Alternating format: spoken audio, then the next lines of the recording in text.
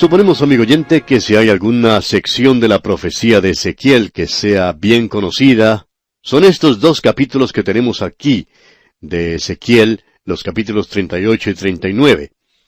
Vamos a tratar de presentarlos un poquito diferente de lo que hacemos generalmente, porque queremos presentar ciertas grandes verdades que son de importancia para nosotros. Creemos que esa será probablemente la mejor manera de asirnos, de agarrarnos de la verdad que se encuentra aquí. Desafortunadamente, estos dos capítulos que tenemos ante nosotros han sido interpretados por hombres aparentemente sin ningún conocimiento de la profecía de Ezequiel y lo relacionado con ella, y como resultado han salido con interpretaciones bastante raras de lo que aquí se dice. Esa es pues la razón por la cual queremos tratar con este pasaje de la forma en que lo hacemos. En relación con esto, deseamos mencionar lo que se publicó en una revista de minería en la sección de avisos clasificados en cierta ocasión. Ese aviso decía: se necesita hombre para trabajar en la sección de isótopos nucleares, contadores de moléculas radioactivas y fotosintetizadores ciclotrónicos de uranio de 3 fases. No es necesario tener experiencia. Los expertos en minas, los ingenieros que publicaron este aviso clasificado, lo hicieron como si fuera algo muy serio. Amigo oyente, nos sentimos en cuanto a estos dos capítulos de la misma manera en que nos sentimos en cuanto a ese clasificado. Algo un poco humorístico, a no ser que uno haya estudiado todo el libro de Ezequiel antes de llegar a estos capítulos. En nuestro programa anterior vimos que Dios tenía un propósito para la nación de Israel. Dios tiene un propósito muy definido para la nación de Israel en el futuro. Y estos dos capítulos van a conectarse con eso porque ellos nos hablan acerca del último enemigo que se presentará contra esa nación en los últimos días. Podríamos, por supuesto, tomar eso que vimos del Valle de los Huesos Secos y podríamos hacer una aplicación de eso. Este mundo en que usted y yo vivimos en el presente es un valle de muerte, huesos secos, personas muertas. Ellos hablan de estar vivos y que donde ellos están es donde todo está en actividad. Pero ellos están muertos en delitos y pecados, sin ninguna vida espiritual. Esa es la razón por la cual ellos tienen que beberse 1 o 2 copas o inyectarse alguna droga. Tienen que hacer algo para darle un poco más de vida a este viejo cuerpo que tienen. Dios ha dicho esto muy claramente. El que tiene al Hijo, tiene la vida. Y el que no tiene al Hijo, no tiene la vida. Es decir, está muerto. Hay 2 clases de gente, la gente que está viva y la gente que está muerta. También él dice allá en el Evangelio según San Juan, capítulo 3, versículo 36, el que cree en el Hijo tiene vida eterna, pero el que desobedece al Hijo no verá la vida, sino que la ira de Dios está sobre él. Es decir, que esa persona está muerta. Amigo oyente, Dios le está diciendo esto a usted si no es un creyente. Huesos secos, oíd palabra de Jehová. Usted puede vivir. Tiene esa aplicación. Pero debemos estar seguros de que estamos hablando acerca de la nación de Israel. Creemos que el enemigo que se menciona en los capítulos 38 y 39 de Ezequiel es Rusia. Ahora, cuando decimos esto, queremos apegarnos a lo que dice aquí la palabra de Dios. El autor de estos estudios bíblicos, el doctor J. Vernon McGee, contaba que cuando él entró al ministerio, no creía que se refería a Rusia. Él se negaba a aceptar esa interpretación. Aun cuando había ido al seminario y había estudiado allí, no quería aceptar eso. Aún después de haber recibido su grado de doctor, no lo aceptaba. Él llegó a la conclusión de que sería mejor estudiar este asunto por sí mismo, y así entonces llegó a su propia interpretación. Ahora, hay 3 puntos de referencia que nos permiten saber en nuestro propio corazón y en nuestra mente que estamos hablando aquí de Rusia. Lo que tenemos aquí es el fenómeno lingüístico. En segundo lugar, tenemos el fenómeno geográfico, y luego tenemos el fenómeno filosófico o ideológico. En primer lugar, tenemos aquí lo que llamamos el fenómeno lingüístico. Eso es algo que es muy importante de notar. Queremos leer los primeros 2 versículos de este capítulo 38 para ver qué es lo que nos dicen. Vino a mí palabra de Jehová diciendo, Hijo de hombre, pon tu rostro contra Gog en tierra de Magog, príncipe soberano de Mesec y Tubal, y profetiza contra él.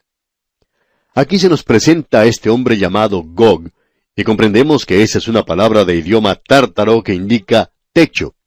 Eso quiere decir el hombre que está encima de todo. Y no podemos pensar de un nombre mejor para un dictador que este de Gog, el hombre que está sobre todo. Ahora, si él no se encuentra en una posición sobre los demás, entonces no es un dictador. Pero si se encuentra en una posición superior a los demás, entonces es un dictador. Ahora aquí podemos leer tierra de Magog, príncipe soberano de Mesec y Tubal. Debemos notar aquí esta palabra soberano, que indica cabeza, y en hebreo esa palabra es Rosh. Fue Dean Stanley, cuyo libro sobre la historia de la Iglesia Oriental se publicó hace muchísimo tiempo. En ese libro él tenía una nota de Gesenio, y este era un erudito hebreo que decía que la palabra Rosh, como lo tenemos en el idioma hebreo en este pasaje ante nosotros, tendría que decir Rusia. Luego Dean Stanley agrega lo siguiente, y eso es algo importante de notar. Esta es la única referencia que se hace a una nación moderna, y esa nación moderna es Rusia. El obispo Luther dijo que Rosh, cuando se utiliza como nombre propio aquí en el libro de Ezequiel, indica a los habitantes de Scythia, una región de Asia de la cual los rusos modernos derivan su nombre. Originalmente, Rusia había sido llamada Moscú, y ese es un nombre derivado de Mesec. Fue Iván el Terrible, el zar de Rusia, quien llegó al trono moscovita en el año 1533, quien se nombró a sí mismo zar de Rusia, y esa fue la primera vez que ese nombre fue utilizado. Estamos seguros de que usted puede notar que esas palabras que se mencionan aquí, Mesec y Tubal, por cierto, suenan parecido a Moscú y Tobolsk, un lugar que se encuentra en Siberia. Creemos que aquí usted tiene algo realmente digno de consideración. Nos damos cuenta que es imposible observar en este lenguaje palabras como esta y no llegar a la conclusión de que aquí se está hablando de la nación moderna de Rusia.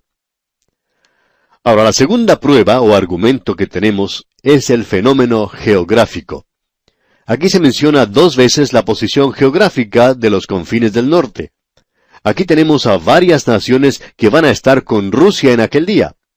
Gomer se refiere a Alemania y todas sus tropas, y la casa de Togarma, eso es Turquía en los confines del norte, y eso se nos dice allí con toda claridad.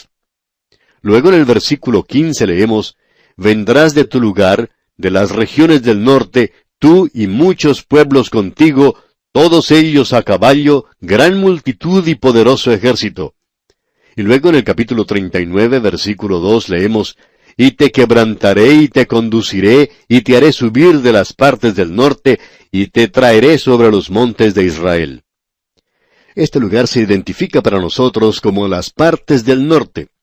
Cuando usted observa un mapa, puede notar la ubicación de Rusia con respecto a Israel. El significado literal aquí, con toda franqueza, es las partes más extremas del norte. Usted toma un mapa y puede observar que Rusia se encuentra al nororiente y directamente al norte y al noroccidente.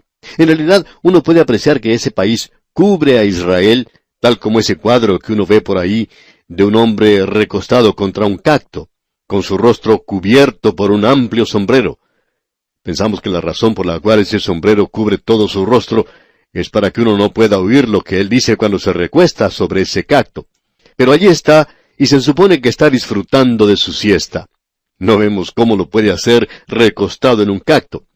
Pero ese sombrero lo cubre a él de la misma manera en que Rusia cubre a la nación de Israel. Y eso es del norte.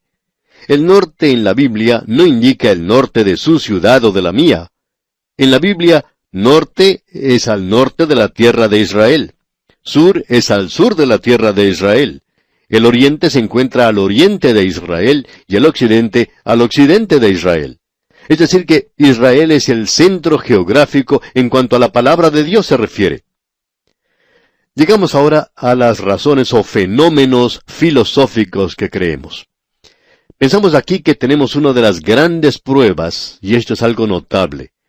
En el versículo 3 del capítulo 38 de Ezequiel leemos, «Y di, así ha dicho Jehová el Señor, he aquí yo estoy contra ti, oh Gog, príncipe soberano de Mesec y Tubal. Son palabras extrañas las que vemos aquí. Dios ya ha dicho varias veces esto en el libro de Ezequiel. Lo ha dicho contra Babilonia, lo dijo contra Egipto, lo dijo contra esas naciones que estaban contra su pueblo y que en realidad estaban contra Dios. Y aquí tenemos a una nación que se presenta en los últimos días y que está contra Dios. Sabemos que está contra Dios y Dios dice, yo estoy contra ti. Lo que aquí se dice es diferente a lo dicho a otra nación. Dios dijo esto en cuanto a varias naciones que ya estaban en existencia a causa de la gran enemistad y el rechazo de Dios.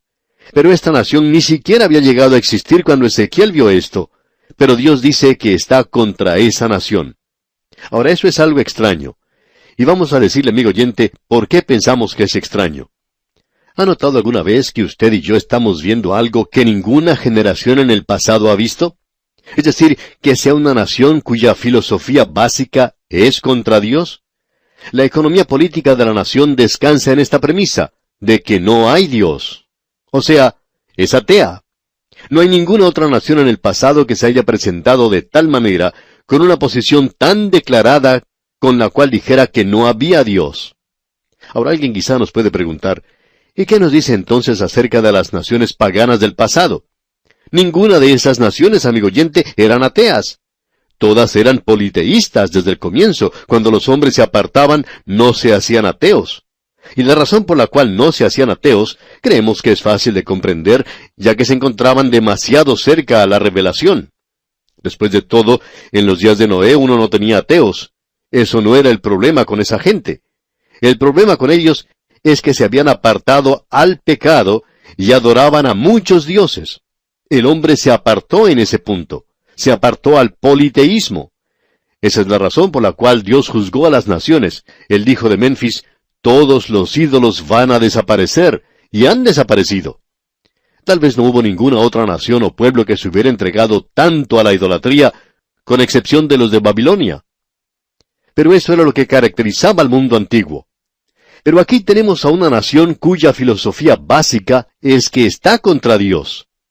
Al principio no había ateos. Dios nunca dio un mandamiento contra el ateísmo al principio. Uno no puede encontrar eso. Por ejemplo, los 2 primeros mandamientos que Él dio fueron contra el politeísmo. No tendrás dioses ajenos delante de mí. Ese fue el primer mandamiento. El segundo decía, no te harás imagen, ni ninguna semejanza de lo que esté arriba en el cielo, ni abajo en la tierra, ni en las aguas debajo de la tierra. Así es que aquí tenemos mandamientos contra el politeísmo, pero no hay ninguno contra el ateísmo. Cuando llegamos a la época de David, el ateísmo comenzaba a aparecer. Y David dijo, dice el necio en su corazón. Esa palabra necio es aún peor de lo que nosotros comprendemos por necio. Esto indica a una persona que ha perdido su juicio, es decir, una persona que se ha vuelto loca. De paso, digamos que esa es la señal del ateo. Cierto hombre tenía un maravilloso ministerio entre los ateos, y Dios lo usó maravillosamente entre esta gente. En cierta ocasión, él escuchó decir a un hombre, yo no creo que haya un Dios, y creo que cuando morimos nos sucede lo mismo que le sucede a un perro. Con eso se acaba todo. Este predicador esperó hasta que toda la gente saliera del lugar, ya que no quería una situación embarazosa con este hombre, pero luego le dijo, ¿le oí yo correctamente a usted decir que no cree que hay un Dios? A lo que ese hombre contestó, así es. El predicador le dijo, entonces usted dice ser un ateo. A lo cual este otro hombre le contestó, yo soy un ateo. Y el predicador le dijo, bueno, yo tengo una pregunta que hacerle a usted. La Biblia dice que el necio dijo en su corazón que no había Dios. Ahora esta palabra necio indica que una persona está loca. ¿Estaba usted hablando seriamente cuando dijo, no hay Dios? ¿O está usted loco? Tiene que ser una de las dos, y quisiera saber cuál es. Por supuesto que esto sacudió un poco a este hombre, y no sabía qué responder. Amigo oyente, eso es lo que la palabra de Dios dice. Y creemos que en realidad hay demasiadas personas hoy que van de un lugar a otro y que merecerían ser tratados de esa manera cuando niegan la existencia de Dios. Esa es una posición casi imposible de mantener para el hombre tan pequeño. Pero aquí tenemos una nación que se ha levantado y esa ha sido su filosofía básica. Y como resultado, ha sido una nación con la cual los hombres, en lugares de importancia, han dicho que uno no puede negociar con esa clase de gente. El estadista británico Winston Churchill dijo, «Rusia es una adivinanza envuelta en un misterio dentro de un enigma». Esa ha sido la filosofía básica de esa nación y se ha levantado en nuestro día. Pero Dios ya se había adelantado a ellos, aún antes de que se volvieran contra Dios como lo hicieron. Uno de sus gobernantes se jactó diciendo, «Hemos depuesto de la tierra a los zares, como lo hicieron, y ahora destronaremos del cielo al Señor». Podríamos citar una cosa después de la otra, pero cuando ellos enviaron un cohete, el Sputnik, usted recordará que fue un artefacto que entró en órbita, luego mandaron un cohete que se estaba dirigiendo hacia el Sol, y en la radio dijeron, «Nuestro cohete ha pasado por alrededor de la Luna, se está acercando al Sol, y no hemos descubierto a Dios. Hemos apagado luces en el cielo, las cuales ninguno jamás podrá prender nuevamente. Estamos quebrando el yugo del Evangelio, el opio de las masas. Vamos a seguir adelante y Cristo será relegado a la mitología». Esas fueron las palabras de ese líder ruso. Y nos hemos preguntado muchas veces, ¿qué era lo que esta gente pensaba? ¿Pensaría acaso que Dios estaba escondido detrás de la luna y que al pasar ellos por el otro lado de la luna y al no verle, eso explicaba que Dios no existía? Esa es una filosofía que no tiene ni pies ni cabeza. Aquí tenemos estos 3 puntos de identificación. Y cuando lleguemos al capítulo 39, veremos que Dios los repite otra vez y dice que Él está contra ellos. Él dice aquí que esta gente va a presentarse contra su propio pueblo. Se dice esto una y otra vez, y Él tendrá esas naciones junto a Él. No vamos a entrar en detalles aquí, pero notemos lo que dice el versículo 8 de este capítulo 38 de Ezequiel. «De aquí a muchos días serás visitado. Al cabo de años vendrás a la tierra salvada de la espada, recogida de muchos pueblos, a los montes de Israel, que siempre fueron una desolación, mas fue sacada de las naciones, y todos ellos morarán confiadamente».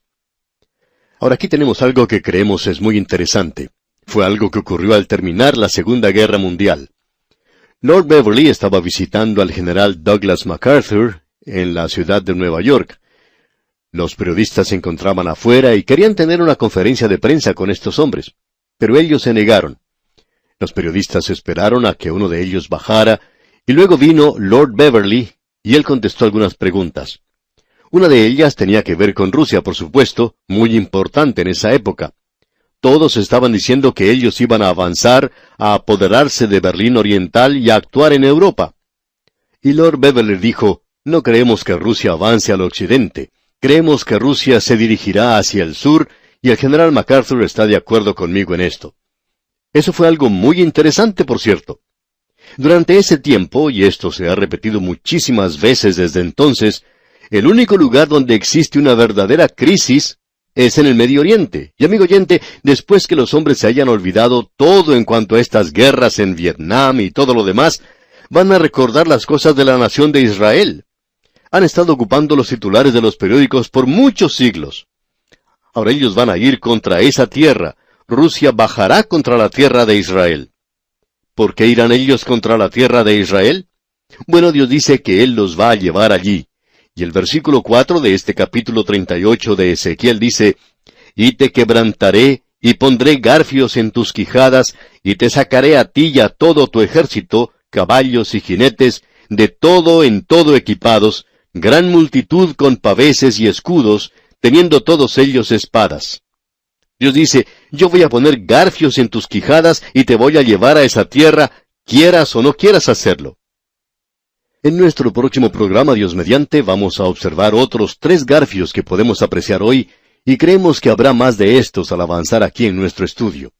Pero Dios tiene 3 garfios en la boca de esa nación que los va a obligar a ellos a ir a esa tierra, o sea, a ir a Israel, y esa es una de las cosas que sorprenderá más al encontrarlas en la palabra de Dios. Vamos a detenernos aquí, le recordamos leer el resto de este capítulo 38, para estar así mejor informado y poder sacar de este estudio el mayor provecho posible. Será pues, hasta entonces, es nuestra oración que el Señor le bendiga en gran manera. Regresamos hoy, amigo oyente, a los capítulos 38 y 39 de este libro de Ezequiel que estamos estudiando. Antes de entrar en más detalles, quisiéramos resumir algunas de las cosas que dijimos en nuestro programa anterior y que están relacionadas con estos dos capítulos. En primer lugar, dijimos que Gog, la tierra de Magog, y en lugar de ser príncipe soberano de Mesec y Tubal, es el príncipe de Rosh, o el príncipe de Rusia, Moscú y Tobolsk. Y dice aquí, profetiza contra él, y di, así ha dicho Jehová el Señor, he aquí, yo estoy contra ti. Vimos que teníamos aquí no solo un fenómeno lingüístico, como dijo Dean Stanley en su gran libro en cuanto al cercano Oriente. Él presentó allí una declaración que era obvia, y estaba citando a Decenio, y que era una referencia a Rusia. En vista de eso, él dijo que ese país era la única nación moderna que se mencionaba en la palabra de Dios. Ahora nos preguntamos, ¿qué pensaría él acerca de aquellos que esperan poder encontrar a los Estados Unidos e Inglaterra en el Antiguo Testamento? Y por supuesto que esas son cosas nada más que especulativas. Pero aquí tenemos a Rusia según el idioma. No solo tenemos eso, sino que es identificada geográficamente. Aquí dice, vendrás de tu lugar, de las regiones del norte. Esa ubicación se nos presenta 3 veces en estos 2 capítulos. En cada caso se menciona al norte y se hace referencia a las partes extremas del norte, y Rusia está ubicada en ese lugar. Cuando uno comienza a dirigirse hacia el norte partiendo de Israel, uno termina en Rusia. Y si sigue su camino y continúa a través de Rusia, lo único que uno va a encontrar allí es témpanos de hielo y nieve y frío. Bien, si eso no fuera suficiente, además de los fenómenos lingüísticos y geográficos, tenemos el fenómeno filosófico. Y es que Dios presenta aquí esto en términos inequívocos, y Él lo repite. He aquí, yo estoy contra ti. Y Él dice que va a destruir a esa nación. Estas son declaraciones tremendas, y lo interesante es que esta nación, en la época cuando Ezequiel vio esta profecía, ni siquiera había llegado a existir. Podemos fácilmente comprender cómo Él podía decir que iba a salir contra Babilonia, y Él dijo eso y así fue. Pero Babilonia era una nación que se encontraba en la idolatría, y Babilonia había tomado a su pueblo, o sea, al pueblo de Dios, en cautividad. Dios utilizó a esa nación para eso. Como le dijo al profeta Habacuc, yo los juzgaré. Podemos comprender eso, pero aquí tenemos a una nación que ni siquiera existía entonces, y antes de que llegara a existir, Dios dice, yo haré que ellos dejen de existir. Esto es algo, por cierto, notable. Y aquí tenemos la explicación y creemos que es algo obvio, que esta es una nación atea que ha estado contra Dios desde el mismo comienzo. Y esa es su filosofía básica del presente. Y honradamente hablando, no pensamos que ellos hayan cambiado ni siquiera un poquito. Plutarco, el griego, dijo en su día, uno puede encontrar una ciudad que no tiene un rey. Uno puede encontrar una ciudad que no tiene grandes edificios y muchas cosas. Pero uno nunca puede encontrar una ciudad sin religión. Bueno, en el día de hoy nosotros vemos que está sucediendo algo que nunca se había visto antes, y Dios dice que Él va a juzgar a esa nación. Luego Dios hizo una declaración. Él dijo, yo los llevaré a esa tierra de Israel. Él está hablando con toda claridad a cuál tierra se está refiriendo. Él dice que en los postreros días, te haré subir de las partes del norte, y te traeré sobre los montes de Israel. Así es que no hay forma de interpretar mal lo que se está diciendo aquí, a no ser que digamos que los nombres de los lugares geográficos aquí mencionados no significan nada, o que quieren decir lo que nosotros creemos que dicen. Creemos que aquí cuando se dice Israel, quiere decir Israel. Y podemos estar seguros de una cosa, el norte es norte, y el norte es el norte de Israel. Y esto identifica, según creemos, como Rusia, y creemos que podemos decir eso. Ahora Dios dice, y pondré garfios en tus quijadas, y te sacaré a ti y a todo tu ejército.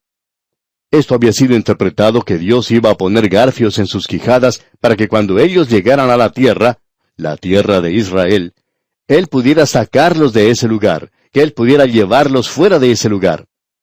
Pero eso no es lo que quiere decir porque Aquí se nos dice con toda claridad que Él va a juzgarlos en esa misma tierra, y que ellos no van a salir de allí.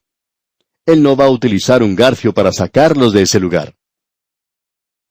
Ahora, en el versículo 11 del capítulo 39 leemos: En aquel tiempo yo daré a Gog lugar para sepultura allí en Israel, el valle de los que pasan al oriente del mar, y obstruirá el paso a los transeúntes, pues allí enterrarán a Gog y a toda su multitud, y lo llamarán el valle de Amón Gog. Ahora, si Él los va a sepultar en Israel, entonces vemos de manera clara y segura que Él no los va a sacar de ese lugar. Aquí se nos presenta de manera muy clara que va a haber una matanza en ese lugar como la que nunca se ha visto probablemente en la historia del mundo. Esto es algo que nos hace regresar y preguntar, ¿qué quiere decir con esto de que Él va a poner garfios en sus quijadas y que los va a sacar? Bueno, lo que dice allí es algo que cae debido a su peso. Yo los estoy llevando a la tierra de Israel. Y Dios dice, pondré garfios en tus quijadas y te sacaré a ti y a todo tu ejército. Ahora esta es la tierra donde Israel estará en esa ocasión. Por muchos años esa tierra no había sido ocupada por ellos.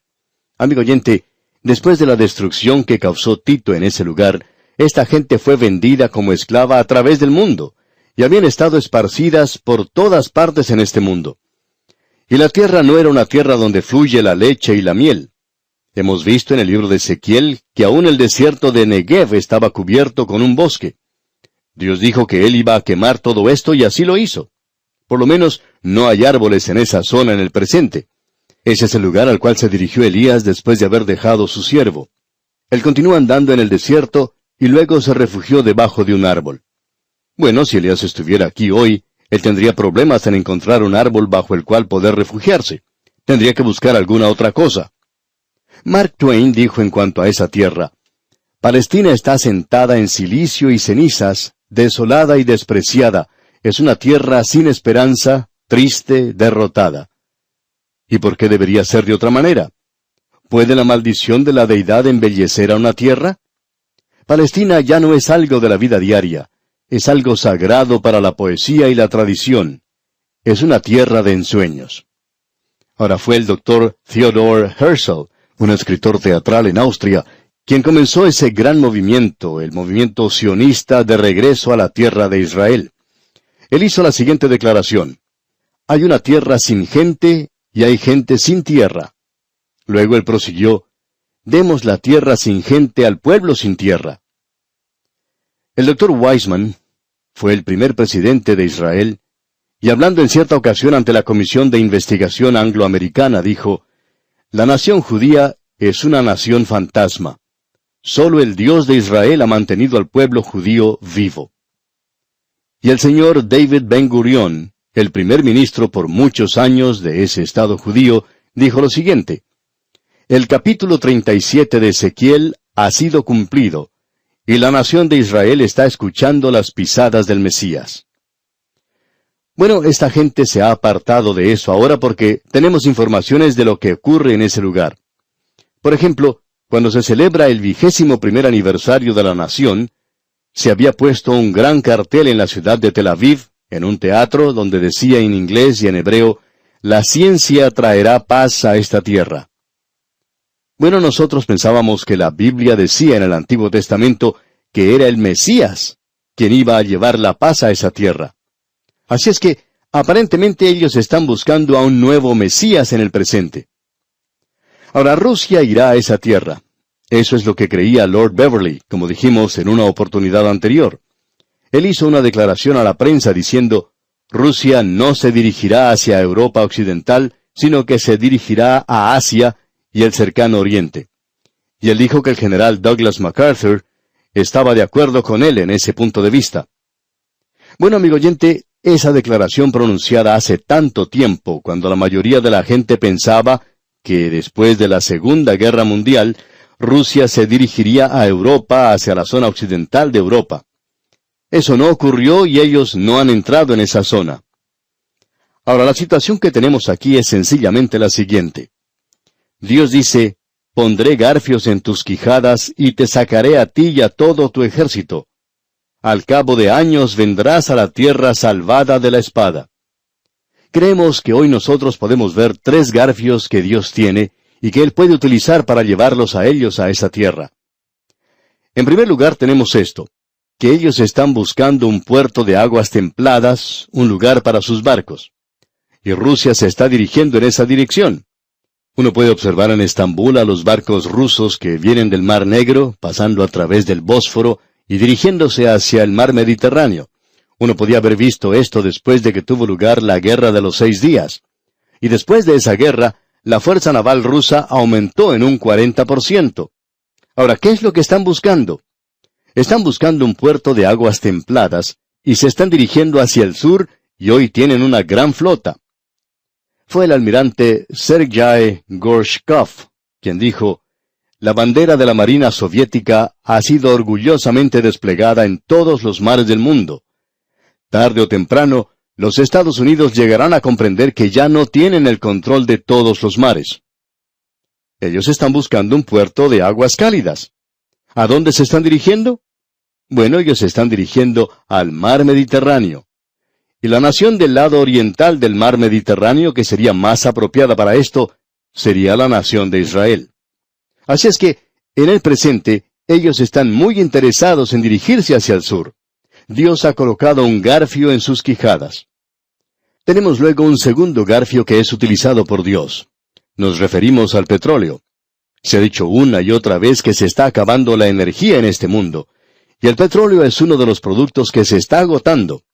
Como resultado de esto, el mundo se está volviendo hacia las zonas donde se encuentra el petróleo, y el petróleo está en el cercano oriente.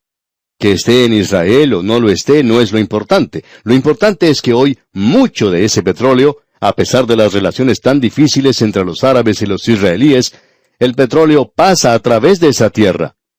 Esto es algo muy sorprendente porque los barcos grandes no pueden pasar a través del canal de Suez. Así es que descargan su petróleo en un puerto que ha caído en manos de Israel, y luego es llevado a través de la tierra de Israel, y luego puede volver a ser cargado a los barcos en el puerto de Ashdod, siendo ese uno de los lugares. Así es que el petróleo ha llegado a ser algo en lo cual el mundo está muy interesado. Las reservas de petróleo pueden ser algo como lo que mencionaremos a continuación, aun cuando esto puede cambiar con nuevos descubrimientos de reservas de petróleo. Cierto investigador que tiene información en cuanto a la industria petrolera, dijo que el total de las reservas de petróleo en el mundo en el presente se estima en unos 300,000 millones de barriles, y que se está utilizando 6,400 millones de barriles por año, y que las reservas de petróleo de Rusia son de 11,200 millones de barriles, y que los Estados Unidos tiene 35,000 millones de barriles en reservas de petróleo. Pero que en el Medio Oriente, las reservas de petróleo son de unos 167,000 millones de barriles. Podemos notar, pues, que hay como 3 veces más reservas de petróleo que las que existen en Estados Unidos y Rusia juntas. Aparentemente, eso es un garfio bastante bueno que Dios ha colocado en las quijadas de cualquier nación moderna, porque para estas es necesario tener hoy el petróleo, y allí es donde está en el presente. Ahora, el tercer garfio que quisiéramos mencionar es el Mar Muerto.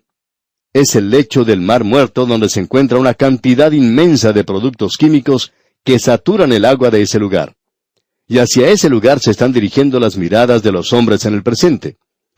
Se estima que el Mar Muerto contiene 2,000 millones de toneladas de cloruro de potasio, lo cual es potasa, y eso hace mucha falta en el presente para enriquecer el terreno que ha sido agotado en muchas partes del mundo. Eso es solo una de las cosas que se puede encontrar allí en el Mar Muerto.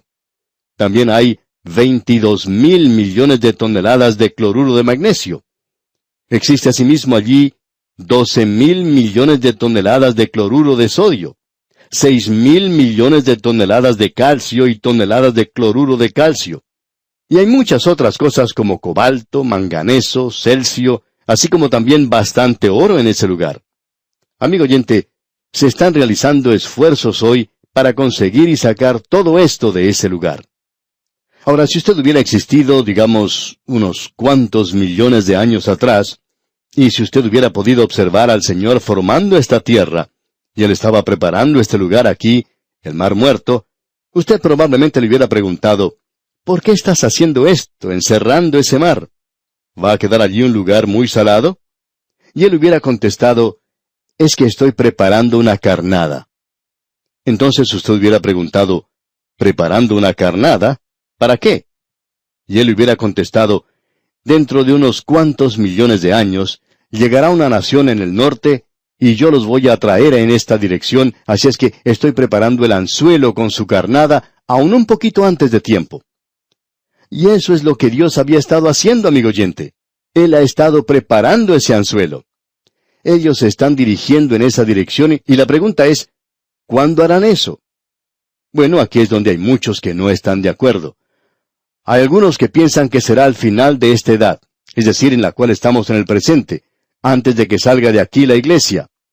Hay otros que opinan que ellos bajarán al comienzo de la gran tribulación. Otros dicen que al final de la gran tribulación. Y hay quienes creen que vendrán al comienzo del milenio. No vamos a entrar en estos diferentes puntos de vista.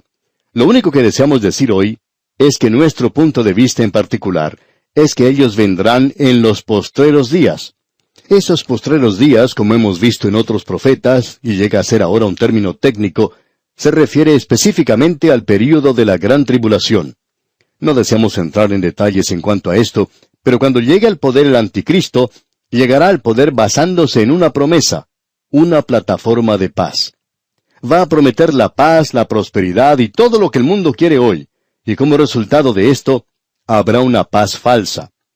En el medio de ese período de tribulación de 7 años, habrá una paz al comienzo.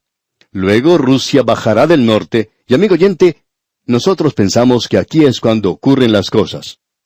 ¿Cuál será el resultado? En el capítulo 39 de este libro de Ezequiel, versículo 2, leemos, «Y te quebrantaré, y te conduciré, y te haré subir de las partes del norte, y te traeré sobre los montes de Israel». Creemos que tenemos aquí una referencia a 6 plagas que vendrán. ¿Cuáles son esas plagas? Bueno, en el versículo 22 del capítulo 38, Dios dice, «Y yo litigaré contra él con pestilencia y con sangre, y haré llover sobre él, sobre sus tropas y sobre los muchos pueblos que están con él, impetuosa lluvia, y piedras de granizo, fuego y azufre». Note usted, «y yo litigaré contra él». Y aquí tenemos estas 6 cosas: pestilencia, sangre, luego tenemos una gran lluvia, piedras de granizo, fuego y azufre. Esos son los 6 juicios. Ahora, ¿por qué nos presentó Dios la destrucción de Sodoma y Gomorra? Bueno, para que nosotros sepamos cómo va Él a juzgar a este mundo. ¿Cómo fue que destruyó a Sodoma y a Gomorra? Bueno, lo hizo con azufre. Se nos dice que llovió sobre la ciudad granizo y fuego y azufre, y así es exactamente como Dios destruirá este ejército que vendrá desde el norte contra su pueblo para destruirlo. Usted debe recordar que Rusia siempre ha sido una nación antisemita desde el mismo principio. Y suponemos que fuera de la tierra de Israel y de los Estados Unidos, la mayor cantidad de judíos se encuentra precisamente en Rusia. Bueno, ellos bajarán. Dios dice que así sucederá, y así será como Él llegará a destruirlos. Ahora esto tiene un mensaje para mí aquí, y queremos decirlo rápidamente, pero es necesario hacerlo. Cuando Dios estaba listo para destruir a Sodoma y Gomorra, Abraham pensaba que Dios estaba haciendo algo injusto. Y él le dijo, si hubiera allí unos 50, 40, 30, 20, si hubiera allí 10 personas justas, ¿por qué no bajó a una? Porque él pensaba que Lot no era un hijo de Dios, aunque sí lo era. Y usted sabe lo que Dios le dijo a Lot. Tú tienes que salir de la ciudad, porque no puedo destruir la ciudad mientras tú estás allí. No creemos que Dios permitirá, pues, que llegue la tribulación hasta cuando Él saque a su iglesia de este mundo, y ese es el cuadro que tenemos. Y aquí se nos da esa información. Este es un pasaje de la Escritura sobresaliente, diríamos. Y amigo oyente, hay mucha gente hoy que no lee este libro de Ezequiel. Bueno, vamos a continuar estudiando Dios mediante este libro unas 2 veces más. Deseamos que Dios le bendiga abundantemente.